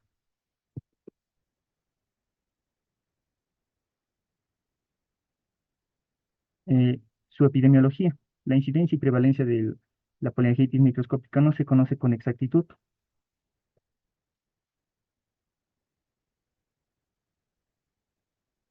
Se estima que los que comprenden principalmente la granulomatosis con polangitis y la polangitis microscópica tienen una incidencia anual general de 17.2 millones en el Reino Unido. La polangitis microscópica tiene una incidencia de 5.9 millones. Los hombres se ven ligeramente más afectados que las mujeres. La edad en la presentación alcanza un punto máximo alrededor de 60 a 65 años de edad. Su patogenia. La etiología de la polangitis microscópica es en gran medida desconocida. Sin embargo, ahora existe evidencia sólida de que la mieloperoxidasa, anticuerpos anticitoplasma de neutrófilos, están directamente involucrados en la que es la patogénesis de la polangitis microscópica. Manifestaciones clínicas. Los principales órganos implicados en la polangitis microscópica son los riñones y los pulmones. Una afectación renal se manifiesta por hematuria microscópica. La afectación pulmonar ocurre con cierta frecuencia y se manifiesta clínicamente como pues disnea, tos, hemóptisis, no en todos los casos. Características patológicas. ¿eh? Volviendo a recalcar lo que es la polangitis microscópica, es parte de las vasculitis asociadas a los ANCAS, que se caracterizan por vasculitis necrotizante de vasos pequeños y falta o escasez de depósitos inmunes dentro de la pared del vaso. En la piel esto se manifiesta como una vasculitis leucocitoclástica. También la capilaritis con necrosis fibrinoide es el hallazgo típico en los pulmones en la polangitis microscópica. Las lesiones renales pueden ser una glomerulonefritis necrosante en forma de luna creciente. La trombosis focal de los capilares glomerulares con necrosis fibrinoide es una lesión temprana seguida de rotura de la membrana basal glomerular y proliferación extracapilar. Para su diagnóstico, podríamos hacer lo que es una radiografía de tórax para identificar la afección pulmonar, tomografía computarizada, biopsia para la confirmación histológica, técnica de inmunofluorescencia indirecta, análisis de patrones de los ANCAS, inmunoensayos específicos del antígeno, pruebas de ELISA. Y las proteínas mieloperoxidasa, ¿no? Y proteína 3. La polangitis, la polangitis microscópica confirmada histopatológicamente mediante una biopsia pulmonar y artritis reumatoide. Aquí haciendo un recuento, o haciendo énfasis de nuevo a lo que es la polangitis microscópica, volvemos a repetir que es una vasculitis necrotizante que afecta a vasos pequeños, capilares, vénulas, arterioles. Dijimos que se asocia con disfunción renal, hemorragia pulmonar, con poco o ningún depósito inmunológico. Aquí sus manifestaciones clínicas típicas, una glomerulonefritis, hemorragia alveolar, otras asociadas que son las artritis y las artralgias, aquí asociadas a pacientes con artritis reumatoidea, una mononeuritis múltiple, trastorno del sistema nervioso central que daña uno o más nervios periféricos. Aquí las manifestaciones clínicas en la piel. Y el reporte haría un caso clínico de un paciente de 26 años de edad que ya tenía la patología de poliangitis microscópica y que se le ha sumado lo que es la artritis reumatoidea. Este paciente masculino de 26 años presentó la enfermedad de poliangitis microscópica que desarrolló artritis reumatoide, con la cual presentó fiebre, fatiga general, pérdida de peso, hemóptisis, poliartritis y erupción macular. Al examen clínico se detectó capilaritis pulmonar. Sus hallazgos patológicos revelaron vasculitis de vasos pequeños o de pequeños vasos, incluida vasculitis leucocitoplástica cutánea en biopsia de piel. Debido al empeoramiento de estos síntomas, hace 2 años este paciente fue hospitalizado en otro centro médico donde se consideró, de acuerdo a sus hallazgos clínicos e histopatológicos, el diagnóstico de vasculitis. Se le trató a este paciente con corticoides de 60 miligramos diarios. Pese a esto, su cuadro clínico se aumentó con hemoptisis, disnea y melenas. Su biopsia de piel nos reveló que presentaba una vasculitis leucocitoclástica, los PAncas séricos levemente elevados, Ya, ¿no? a ver, ¿qué más tienes? A ver, porque no están hablando lo más importante y no están revisando los artículos que les he enviado. A ver, muéstrame, dime los criterios actualizados del Colegio Americano de Reumatología. Muéstrame dónde está eso, les he dado bien artículos. Ah, sí, sí, doctor. Muéstrame, ya, explica eso. Los Del criterios de Colegio diagnóstico. Americano, del Sí, 2022 o 2023, lo actualizado. está bien, doctor. Estos criterios de diagnóstico en conjunto han sido aprobados por la Junta del Colegio Americano de Reumatología y el Comité Ejecutivo de Alianza Europea de Asociaciones de Reumatología. El estudio desarrolló, este es el estudio de fase de desarrollo de 5 fases, no voy a pasar. Aquí tenemos a los criterios de clasificación del 2022. A nivel clínico tenemos eh, secreción nasal con sangre, úlceras, costras, congestión u obstrucción o perforación del tabique nasal, los P-ANCAS o ANCAS antipositivos, M positivos, fibrosis o enfermedad intersticial en imágenes de tórax. En las pruebas de diagnóstico tenemos glomerulonefritis, pausinmune en biopsia, C-ANCA o ANCA anti-PR3 positivo y recuento de eosinofílicos ceros. Estos que tienen una puntuación en las que cada vez que vamos allá, si encontramos en uno de estos hallazgos clínicos, entonces se van sumando y se van clasificando y se va, en base a eso se diagnostica al paciente si tiene la poliangitis microscópica. Se necesita una puntuación mayor o igual a 5 para la clasificación de poliangitis microscópica.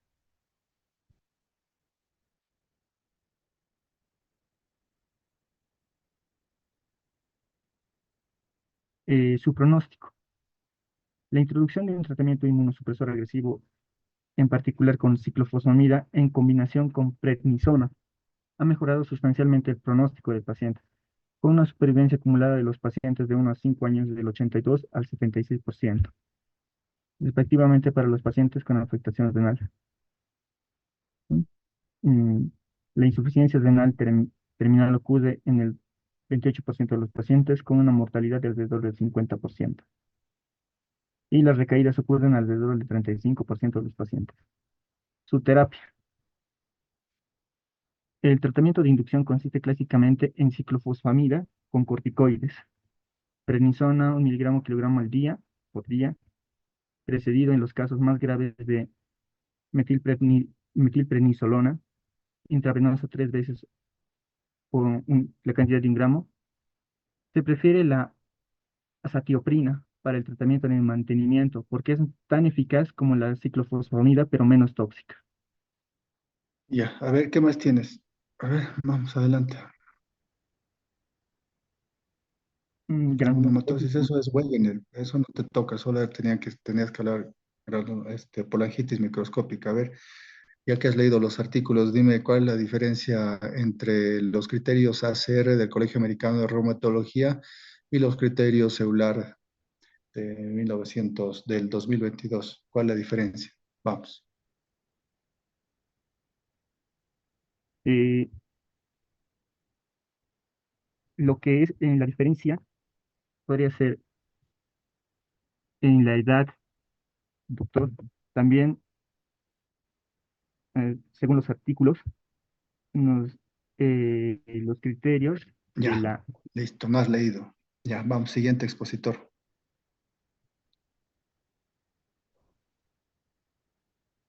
Vamos a este siguiente grupo, por favor. Doctor, Vamos, siguiente grupo. Sí, doctor, pero no nos deja compartir ahí. Ya vamos. Miren, muchachos, lo que les pido es el tema, no se metan a otras patologías y peor aún cuando lo desconocen.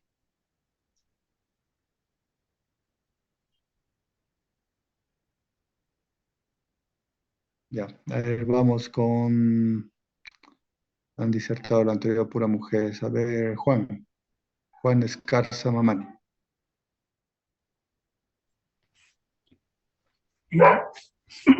A ver, ya. Polangitis microscópica. Siguiente, por favor. Ya. Como introducción, vamos a hablar. La polangitis microscópica es una enfermedad autoinmune idiopática, caracterizada por vasculitis sistémica afectada predominantemente a los vasos sanguíneos que son de pequeño calibre. Y se asocia a esto a los autoanticuerpos citoplasmáticos antineutrófilos. ¿Ya? Eh, eh, Grupo de vasculitis asociada a ANC. Esta también son un grupo de la misma enfermedad que comprenden la granulomatosis con poliangitis. También esta se llamaba antiguamente como la granulomatosis de Wegener.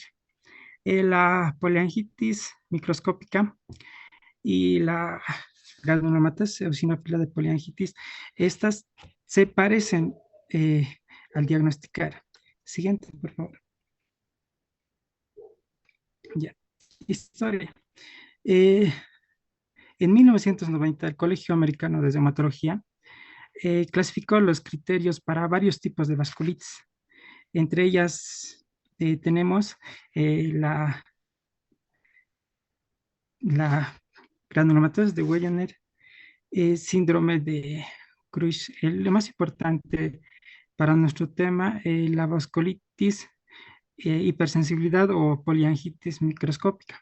También luego el resto sería eh, arteritis de células gigantes, arteritis de causa, lo cual no es de nuestro tema, pero lo vamos a nombrar.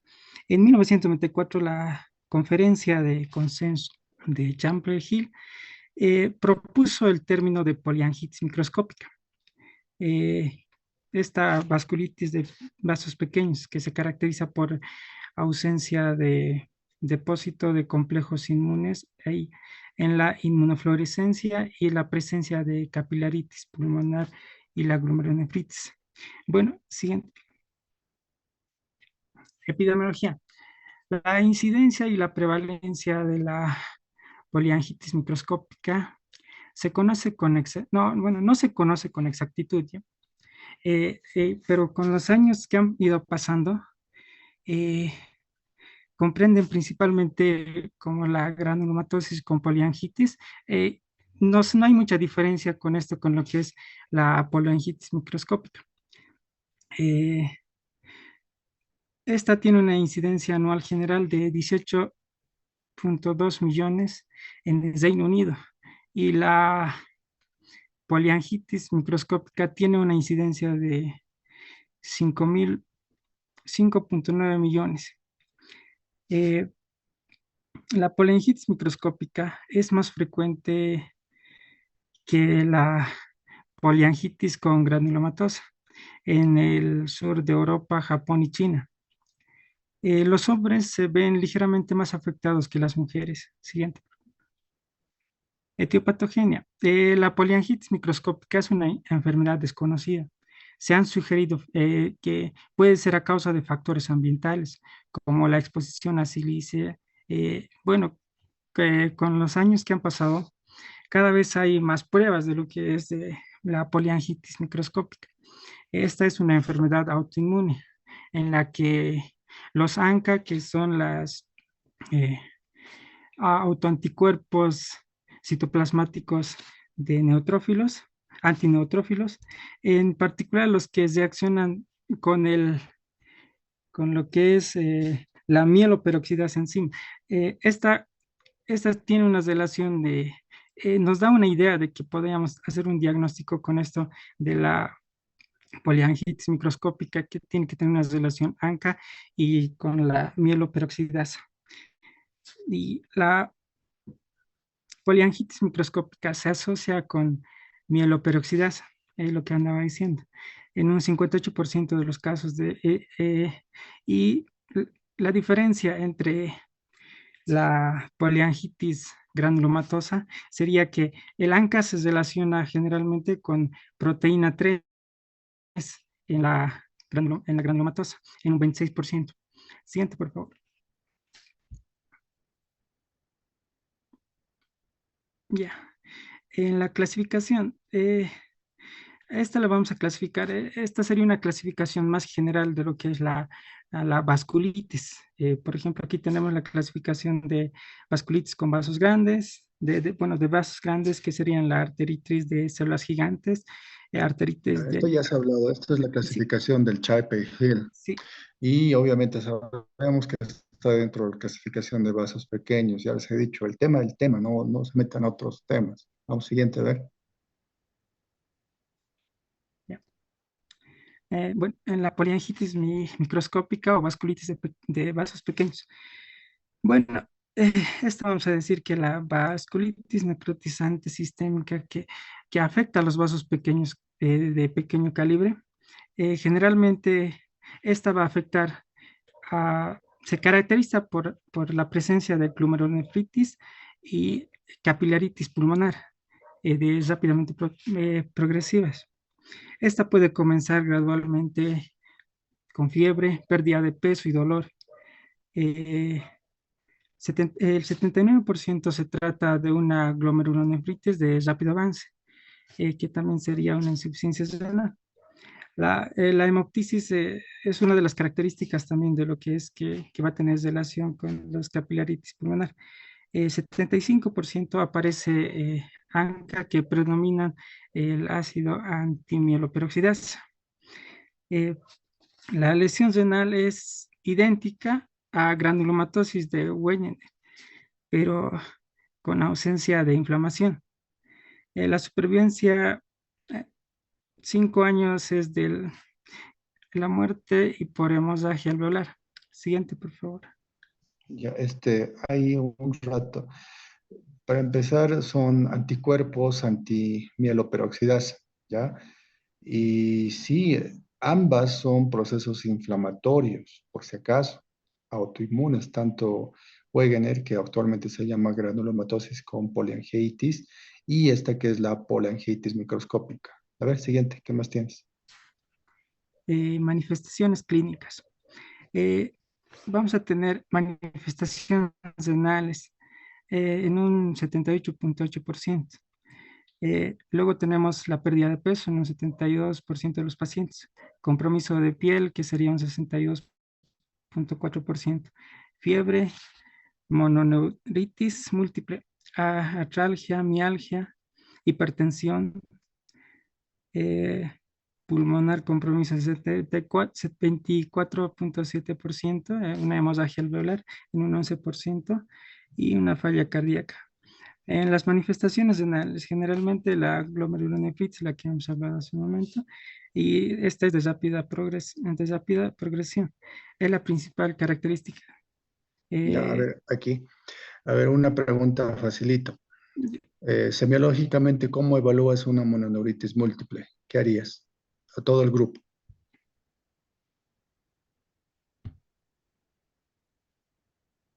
¿Cómo, doctor? ¿Cómo hacen una evaluación semiológica para describir una mononeuritis múltiple? Semiología.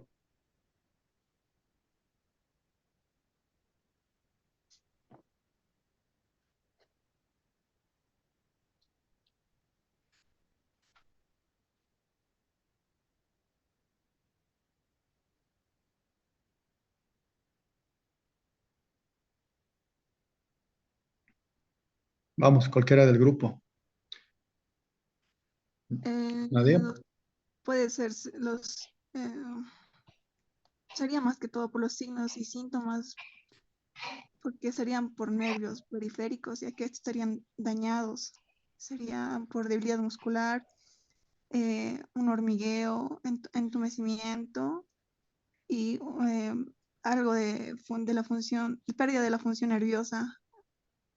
Les vuelvo a repetir. ¿Cómo hacen una evaluación semiológica ante la sospecha de una mononeuritis múltiple? A ver, muchachos, ¿para qué les sirve la semiología?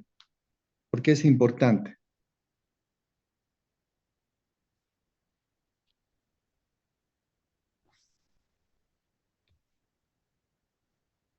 Cualquiera, dígame qué es semiología, por lo menos, explíquenme, ¿por qué es importante?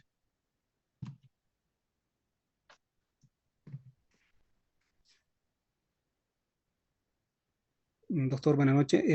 Sobre todo la semiología nos va a ayudar a estar cerca del paciente, ¿no? Para poder observar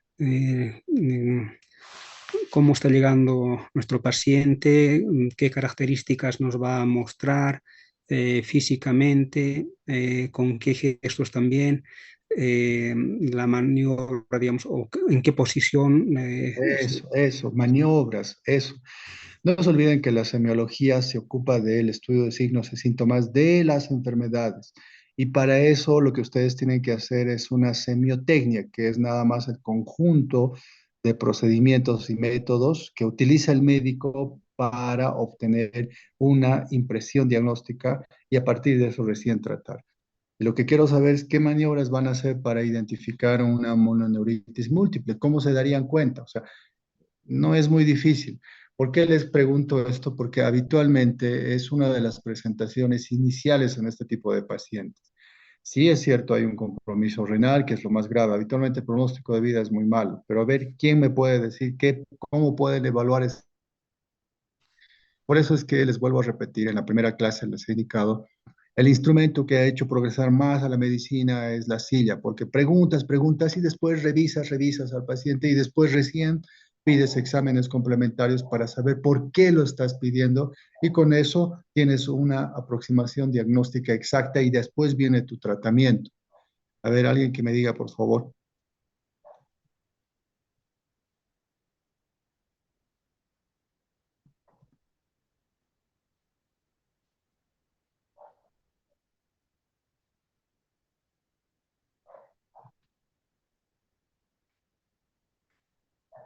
¿Nadie? Ya, a ver, vamos, continúa, a ver, ¿qué más tienes? Siguiente.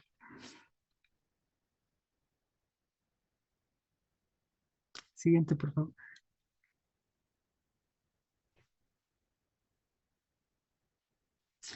Bueno, vamos a tener manifestaciones clínicas, está en el pulmón, en lo cual vamos a tener hemoptisis, hemorragia alveolar por capilaritis, en un 12 a 55% de los pacientes, infiltrado, desame pleural, edema pulmonar, pleuritis, fibrosis pulmonar, edemas de disnea, tos, dolor torácico. En la hemorragia alveolar vamos a ver en la radiografía, va a mostrar una opacidad bilateral en parche involucrado comúnmente en los lóbulos superiores e inferiores. En tomografía, el hallazgo más frecuente es la visualización de áreas de vidrio despulido, un 90%. Inflamación crónica alveolar septal y capilaritis. También se observa lo que es la consolidación en un 80%. Tratamiento en estas va a ser inmunosupresores agresiva y cambios plasmáticos. Siguiente, por favor. Bueno, vamos a continuar con manifestaciones clínicas en el pulmón.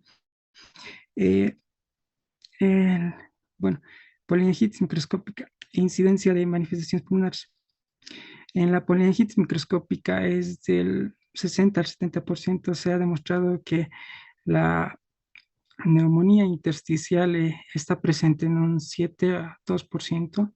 y el 36% de los pacientes con poliangitis microscópica están con manifestaciones pulmonares más frecuentes. La tasa de complicaciones en bronquiectasia es del 29 al 35% de los pacientes con poliangitis microscópica. La segunda complicación más frecuente, pero mejor que da una mejor supervivencia, es la fase aguda de la neumonía intersticial y también en la hemorragia alveolar difusa.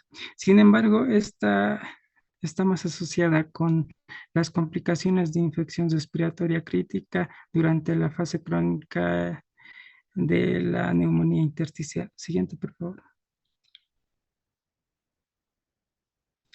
La bronquiectasia de una enfermedad pulmonar inflamatoria crónica, de las vías respiratorias es posible desencadenante de la producción de ANCA.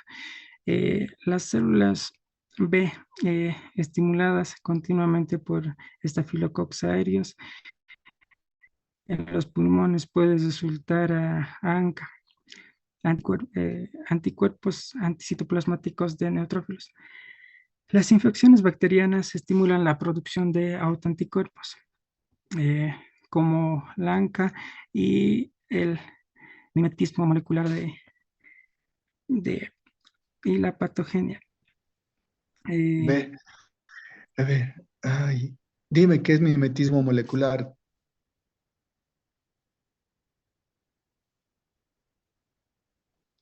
Perdón. Mimetismo molecular, ¿qué es?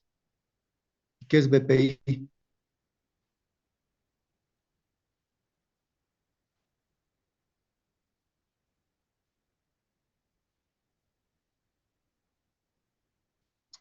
Miren, muchachos, si no saben lo que están leyendo, siquiera no lo escriban, pues, muchachos, no tienen que practicar, o sea, no es que lo ponen ahí. ¿Por qué no ponen, y es una recomendación para todos los grupos, qué es lo que les interesa a ustedes ver? Tienen que ver una radiografía pulmonar con hemorragia alveolar, qué es lo que quieres mostrar, cómo se ve en la tomografía, cómo se ve en una resonancia magnética, eso, y lo describen, obviamente. Pero peor aún, pues están leyendo y todavía no saben lo que están leyendo, no está bien. A ver, ¿qué más tienes? Adelante, a ver qué otra diapositiva. Manifestaciones cutáneas. ¿Qué más tienes? A ver, adelante. Y a ver, aquí describe las imágenes.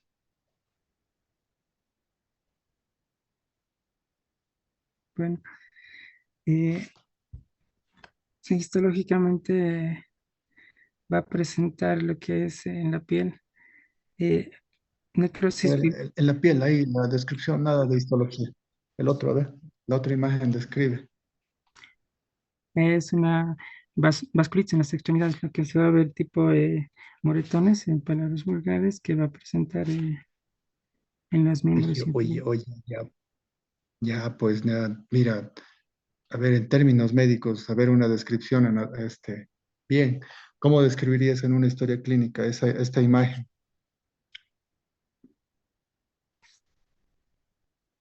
Eh, eh, Hematomas en los miembros inferiores. Ay, Paciente, pues, mi estimado, a ver, ¿qué es un hematoma? eh,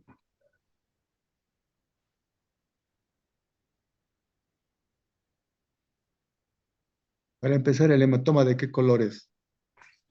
eh,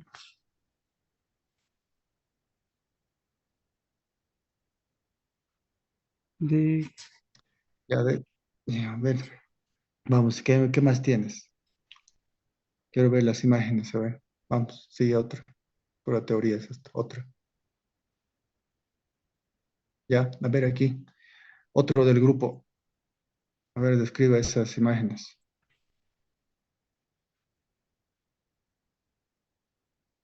Vamos, cualquiera del grupo, describa.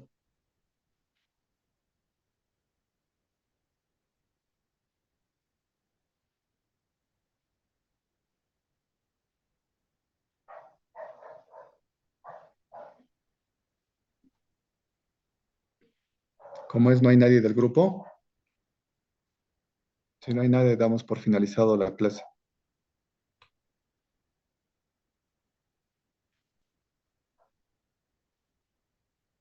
Bueno, doctor,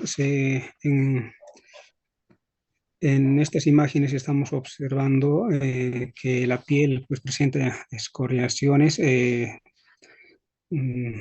obviamente son de tipo vascular, mm, y que son características de la patología que estamos abordando, de la poliangitis microscópica. Y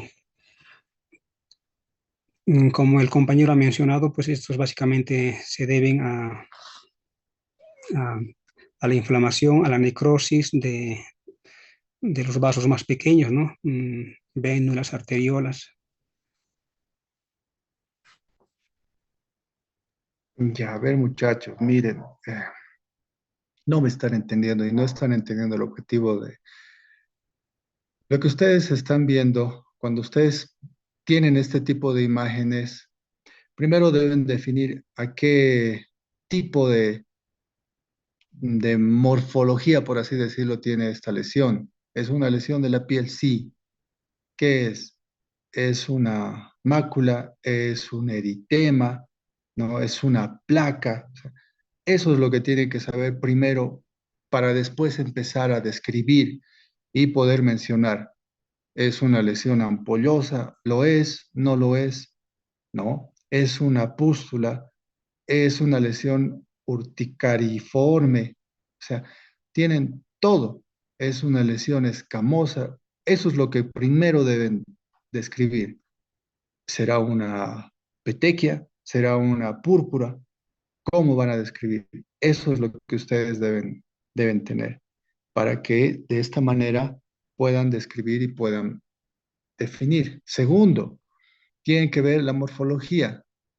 Estas desaparecerán con la vitropresión, sí o no. Serán dolorosas, sí o no. La coloración que van a tener, el aspecto que van a tener, redondeadas, de aspecto irritativo, qué sé yo. Entonces, recién describen. Y eso es netamente presentación clínica. Y para eso nos sirve cuando vienen a prácticas, verán a un paciente con esas características y eso es lo que ustedes deben describir, asociado a un buen examen semiológico y después toda la clínica que uno pueda sospechar de una enfermedad autoinmune como son las vasculitis, podemos darnos cuenta. ¿Ya? Entonces, tienen que mejorar, muchachos, demasiado, tienen que mejorar.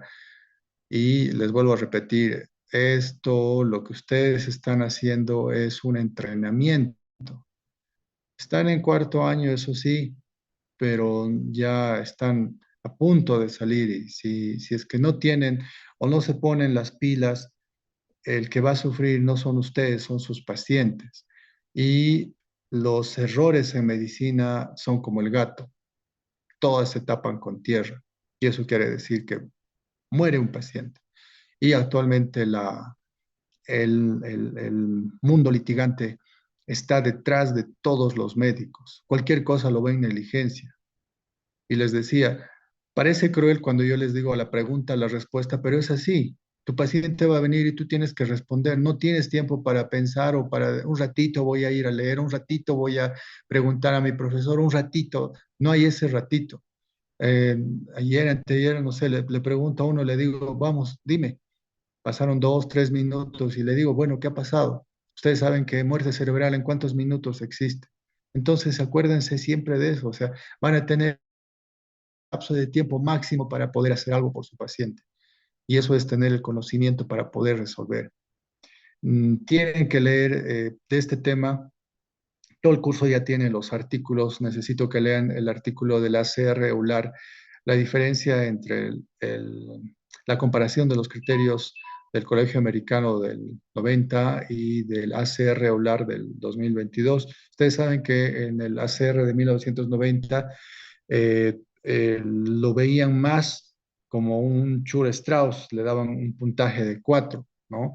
Sin embargo, en este último sí, le han dado un puntaje de enfermedad obstructiva de las vías aéreas, pólipos nasales, los eosinófilos y el ANCA-PR3, ¿no? Inflamación extravascular y mononeuritis, neuropatía motora. Por eso les estoy preguntando, porque esa es la presentación clínica que ustedes van a ver y obviamente en estos pacientes puede haber hematuria también. Según el Arthritis and Rheumatology del 2022, se necesitan 6 puntos para hacer el diagnóstico y lo que también necesito que analicen es pues, la sensibilidad y la especificidad. A diferencia de los anteriores, este tiene una sensibilidad del 85% y una especificidad del 99%. Entonces, esas cosas yo necesito que ustedes piensen así y puedan interpretar adecuadamente. No se olviden que granulomatosis con polangitis es distinto de polangitis microscópica, es otra enfermedad, ¿ya? Se parecen, son de la misma familia, pero es otra enfermedad. Y acuérdense el puntaje que se debe tener, ¿ya? Listo, muchachos, repasen por favor y nos estamos viendo la próxima semana. Van a defender, prepárense, lean los artículos, los que han disertado el día de hoy y vengan preparados, pues muchachos. Si no están preparados, mejor no vengan. Perdemos el tiempo y ustedes también pierden sus clases. Y les estoy indicando, este es un momento de entrenamiento y el entrenamiento es de por vida. Cuando ustedes han decidido estudiar medicina, les vuelvo a repetir, ustedes han asumido un reto y ustedes están asumiendo. El precio de ser médico no es bonito. El precio de ser médico es de sacrificio y es de un sacrificio para toda la vida. Y ustedes van a tener que estudiar toda la vida. Cuando ustedes sean médicos, aún así van a tener competencia porque siempre va a venir un colega que sabe más que ustedes y les va a chicotear si es que ustedes no están preparados. Y si ustedes no tienen la capacidad de resolver un diagnóstico con un paciente, ese paciente va a hablar mal de ustedes y va a ir a otro médico. Entonces, así se desprestigia uno profesionalmente hablando. Entonces, prepárense, ustedes tienen mucho potencial, pero ese potencial deben explotarlo. Y si no lo explotan ustedes, otra persona lo va a dar. Me ha